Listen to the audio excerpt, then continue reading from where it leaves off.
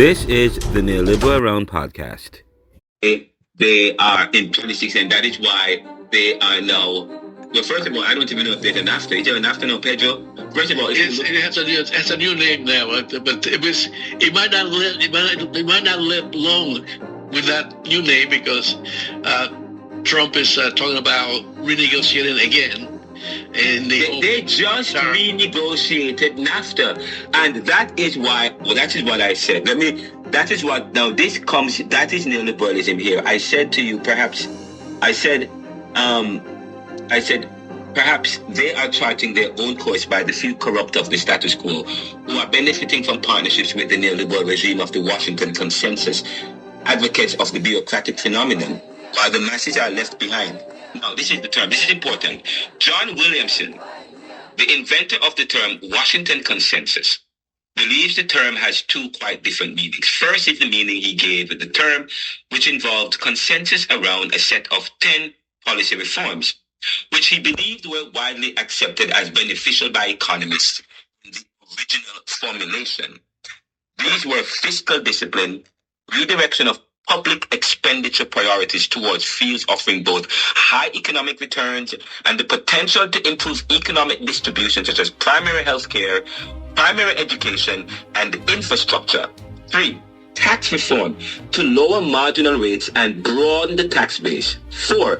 Interest rate liberalization. 5. Competitive exchange rate. 6. Trade liberalization. 7. Liberalization of foreign direct international inflows.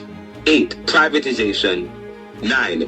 Deregulation in the sense of abolishing barriers to entry and exit. And 10. Secure property rights. Second is the meaning the term has acquired: market fundamentalism or neoliberalism, laissez-faire, Reaganomics. Let us bash the states. The markets will resolve everything. So the concept of neoliberalism is this, again, the idea of fiscal discipline and direction of public expenditure and trade liberalization and FDI flows and private. It sounds good. Neoliberalism sounds good. But in practice, it means this: market fundamentalism or neoliberalism or laissez-faire Reaganomics. Let us bash the states. The market will resolve everything. But in effect, it is not the market. The market is we talk about an inanimate object. We talk about the market does not have a will of its own. And when you talk about market is where buyers and sellers transact. That's right. Where market and sellers transact. But that is not just the market in truth and in fact. The market involves powerful brokers, powerful players who set rules and regulation who don't have to abide by them, and who set interest rates through various bodies such as in the US we call the Reserve Bank and so on, who actually affect behavior. Remember, so the market have to do with behavior. And so, they said, in a free market, it's the buyers that set. But that is not true. The behavior can be manipulated through policies, through various regulatory regulations of the state. And of course, we talk about the issue of the inflation or how you print money, when you print money. We talk about who controls the National Reserve and how they can manipulate behavior. So the behavior can also affect that. And so I tell you, so you give, say for example, what's happening now, you want to extend Donald Trump tax returns, give $880 billion. Because this is Reaganomics, which is part of neoliberalism, okay? If you give the funds to the top, to the wealthiest of the people, it will trickle down. It will trickle down to the bottom, but that's which is a notion that's been discredited, but that doesn't stop them from using it again. If you just join us, you're listening to a new episode of Neglected Stories, People, History, and Movement. And we are discussing neoliberalism, globalization, and we have our guest, the Reverend Renaldo McKenzie, who has studied this issue really in depth, and is providing some insight into its impact both here in the United States and throughout the world. Before you mentioned that the whole Protestant ethics, that you work hard and you'll be rewarded. Yes. And then, but you mentioned also that a lot of the fortunes were actually built on theft, stealing from other people.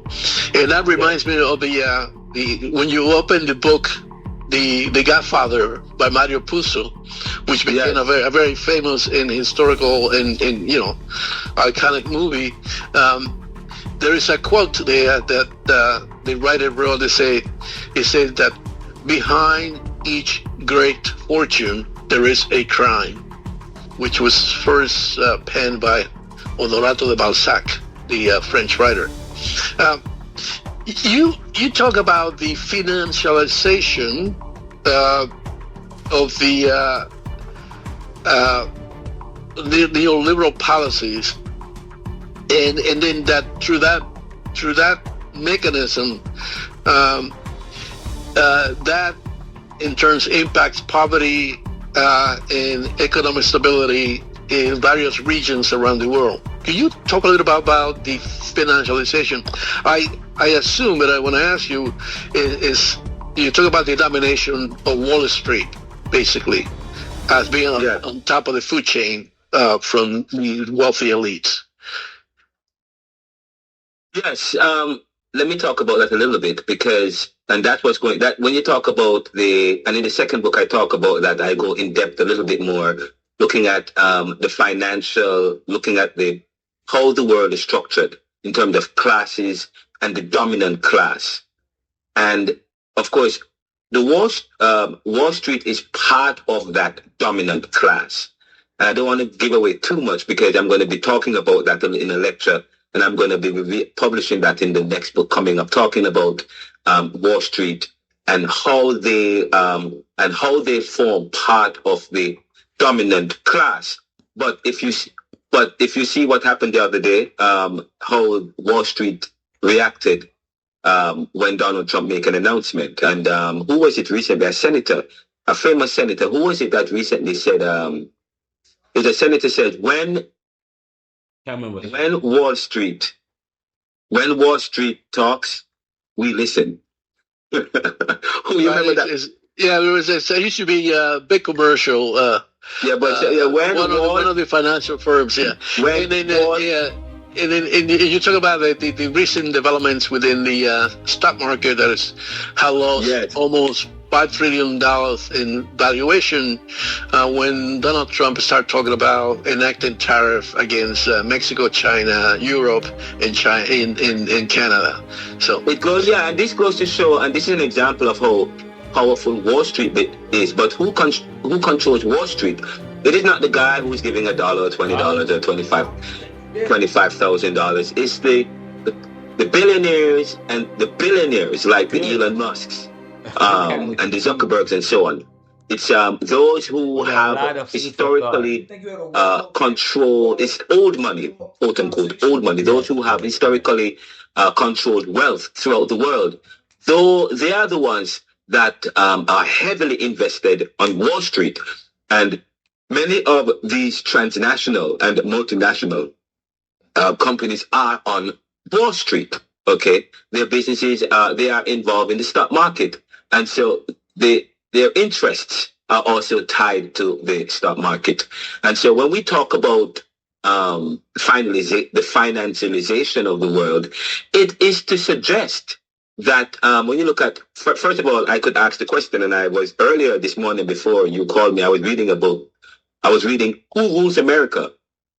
Challenges to Corporate and Class Dominance. Who Rules America?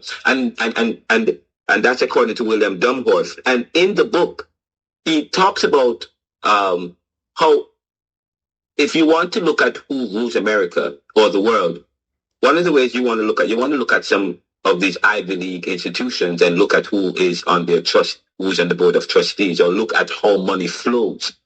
So one of the ways we're able to arrive at the conclusion in terms of the financialization of the society, and in terms of how that and how the dominant class, who controls finances, who controls the stock market, who controls and are heavily invested in the stock market, and also are also involved in the regulatory bodies such as the national reserves. Just so you know, the national reserves involves many financial institutions.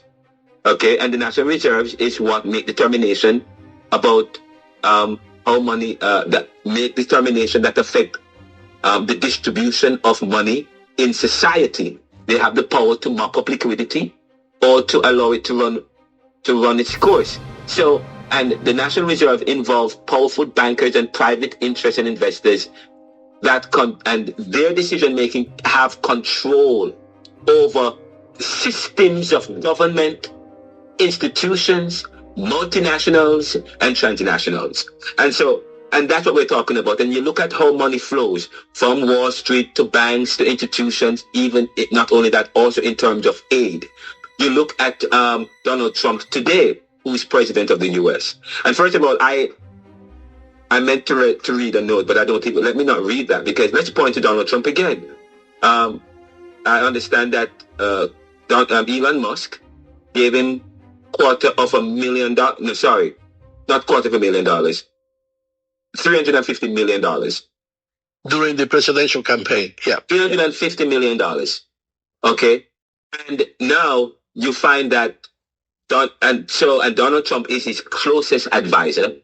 And Donald Trump and Elon Musk and billionaires who themselves are financiers are controlling the decision and the policy making in the country. And that's not new though. What Donald Trump is doing, probably they're doing it more publicly. I was reading this morning William Domhoff, and William Domhoff from 2008 said this. In 2008, I was reading the book William Dom. Where is the book? He said, if I could find it, I'll have to look at it later on. But he talks about the fact that why don't the richest nation in the world also have the most poverty compared to Canada, Western Europe, and Japan? And why did all the gaps in wealth, income, and security increase between 1980, 2008, and so on and so forth? And then he goes to show corporate greed. The corporations, banks, agribusinesses form a corporate community. We talk about the. I was privileged to be taught and to be advised by Walter Litt, who wrote the economic history, labor history of America, and he developed the concept of connectionism, and how since from the early part of the 1900s, with the idea of these institutions and groups forming connections, unions forming these associations, making it difficult for people to come in, has also served created part of the problem. But anyways, according to Domhoff, corporations, banks, and businesses form a corporate community that face the federal government on the policy issues of interest to it, issues that have a major impact on the income, job security, and well-being of most other Americans. At the same time, there is a competition for profit opportunities within the corporate community. So, what is happening now is not new in terms of very wealthy people forming an oligarchy to control the government. But they're just doing it now more publicly. We economists and social scientists have always studied that, and we are seeing that. And we have, and I'm telling, if you were to read the book Who Rules America by William Domhoff, Challenge to Corporate and Class Dominance from 2008, is also part of I reference it in my new book. He talks about how corporate community, formulated by corporations and banks and financiers, how they shape the federal government on policy interests. It means they also shape policy, international policy, policy that affect the global south, policy that affect internal colonies like Philadelphia, okay, Detroit, and so on and so forth. And that is what we're talking about here. So in one of the things I was really interested in your view about this whole situation is that you also discuss that there has always been a resistance to this. There was resistance to colonialism, there was resistance to imperialism, and now there is resistance to globalization and neoliberalism. Could you kind of tell our listeners what is that resistance and how it's manifesting itself here in the United States and around the world? Well, globalization, I studied globalization and look at, when I came to the US, I wanted to find out why is it that globalization has not created real gains or benefits for people of the global south. Of course, part of that is the legacy of colonialism. If you post-colonial theory or post-colonialism, look at the lingering or enduring effects of colonization. But colonization is a strategy in itself, just like neoliberalism, capitalism. These are all strategies built in a Protestant ethic, but that is also deeply Pharisaical, which continues benefits and gains for the few over the many, because we live in a racial society, a society not just across the world based on privilege and status and class. Globalization, which was supposed to be the sine qua non, or the ideal. Globalization, when people were talking about globalization, we thought that the world was opening up great opportunities for the global people in the global south to start to trading with other countries and so on and so forth, exporting goods, developing a level of development. But that did not happen. Globalization has not helped. It has only killed local economies. Do you know why? Because global south countries coming out of globalization, or countries stemming from colonization, or peoples within the US, or even working class people, because I know I'm advocating, I'm not only looking at it racially, but we live in a society in terms of there's a society based on a pyramid, a status, a system. So you have the black and brown people at the bottom of society, or if there's a working class, they're at the bottom, but there's a working class, and the working class occupy the bottom rung in society. Okay, and of course we talk about Martin Oppenheimer, William Gumholz, and many social scientists talk about the bottoming out of the middle class. So right now, where there is not really a middle class, there is only a working class and a wealthy class, or a capitalist class. Okay, and so who benefits from globalization? The capitalist class. The working class have not benefited, or peoples haven't benefited from globalization in the way that it has now been. So that is why people are against global trade. People are against globalization because it has not benefited peoples in societies.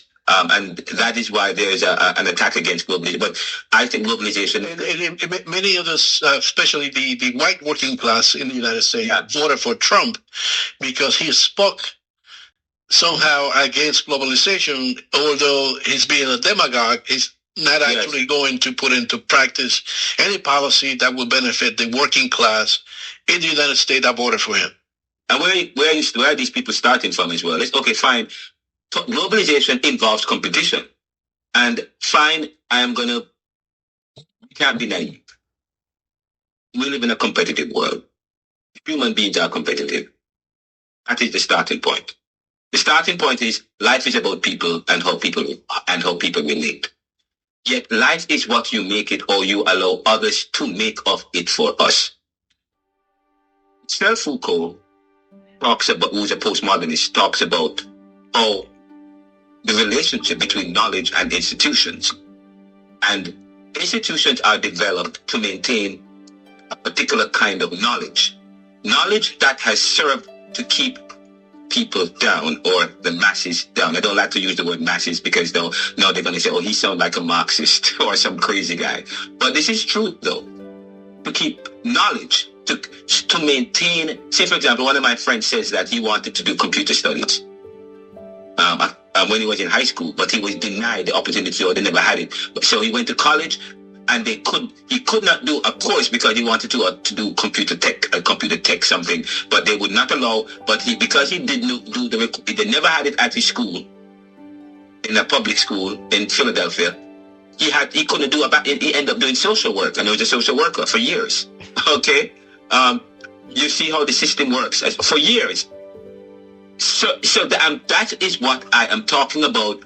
So a knowledge base is created within a particular community to maintain a certain industry, occupation within that community, within that race, within that industry, or within that, or let's say for example, Jamaica, the kind of aid that they get, or the kind of is aid that helps to develop their servitude, the tourist industry.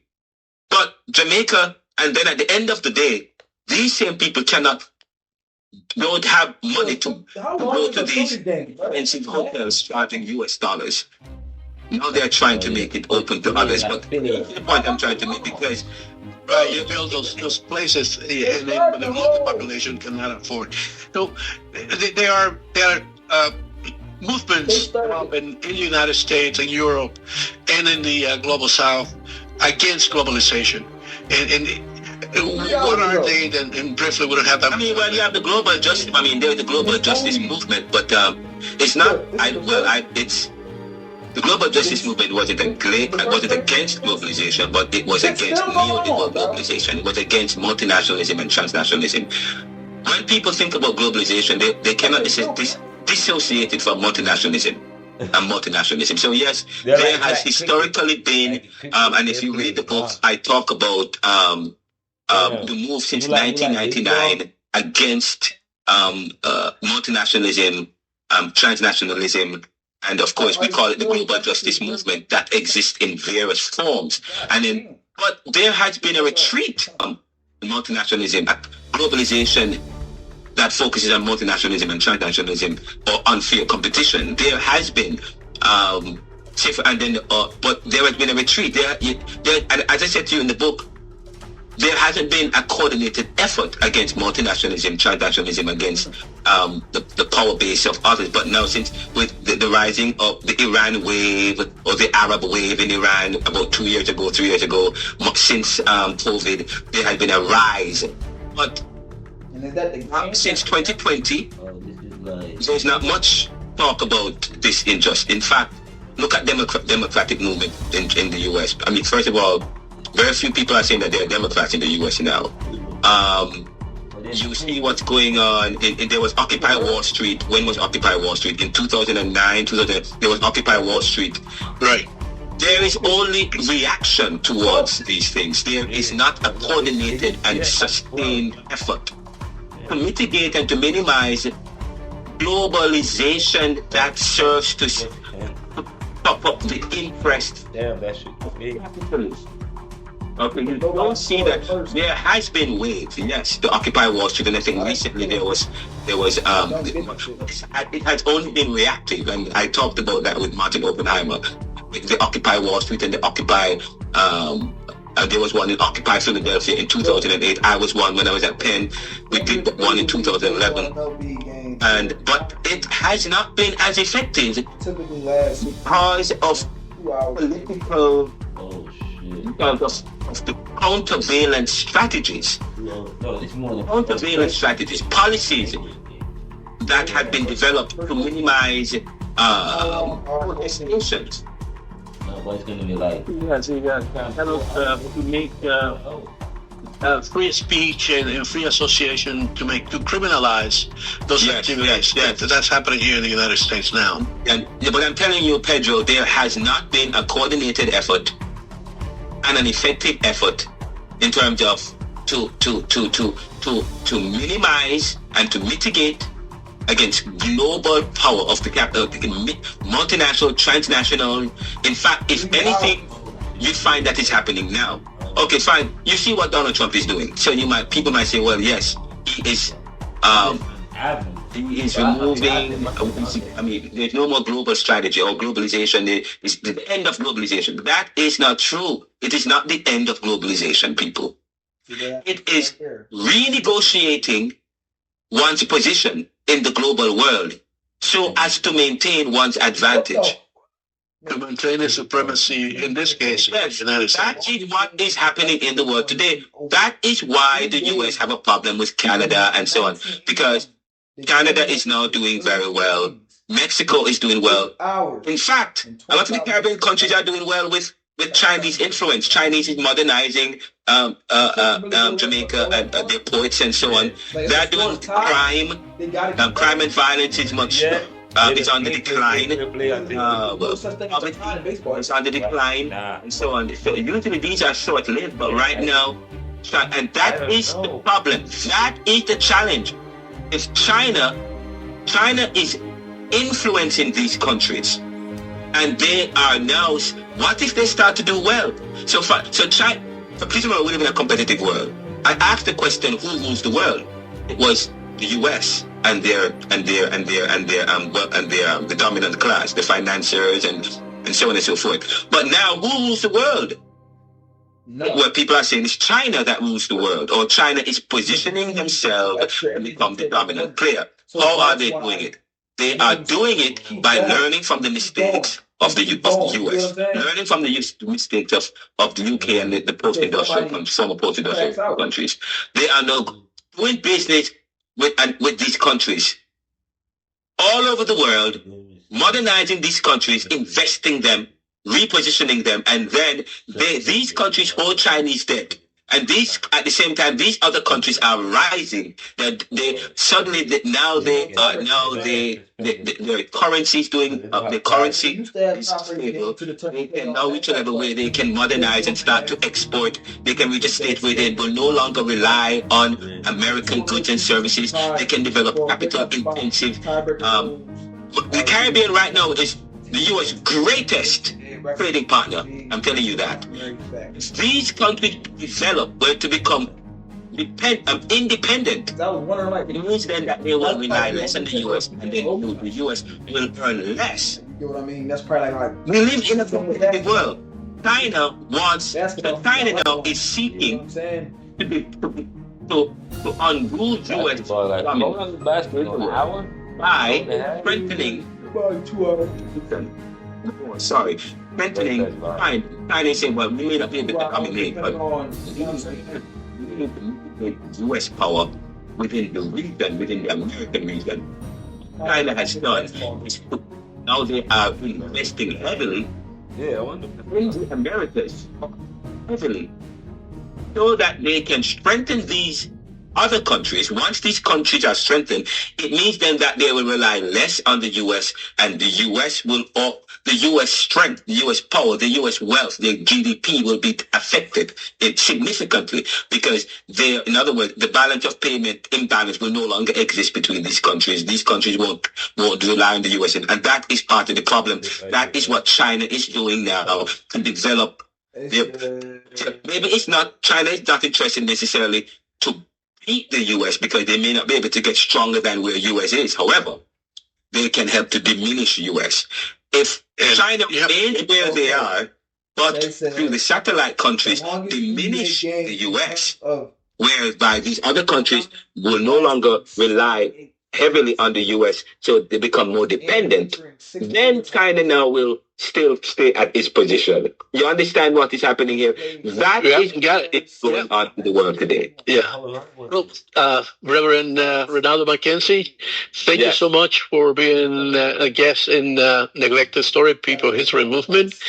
And you can listen to this program on Germantown Community Radio, 92.9 FM, or online at beattownradio.com.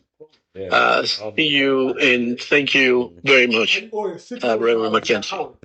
Thank you so much. It was such an amazing conversation. And if you guys want to reach me, you can shoot me an email, renaldocmckenzie@gmail.com, info@neoliberal.com. Or you can give me a call, 445-609-1198. And do get a copy of Neoliberalism. It's available right here in Philadelphia, in Germantown. I live in Germantown. So give me a call if you want a copy of the book. Thank you. You're listening to 92.9 FM, WGGT LP, Philadelphia, community radio for Northwest Philadelphia.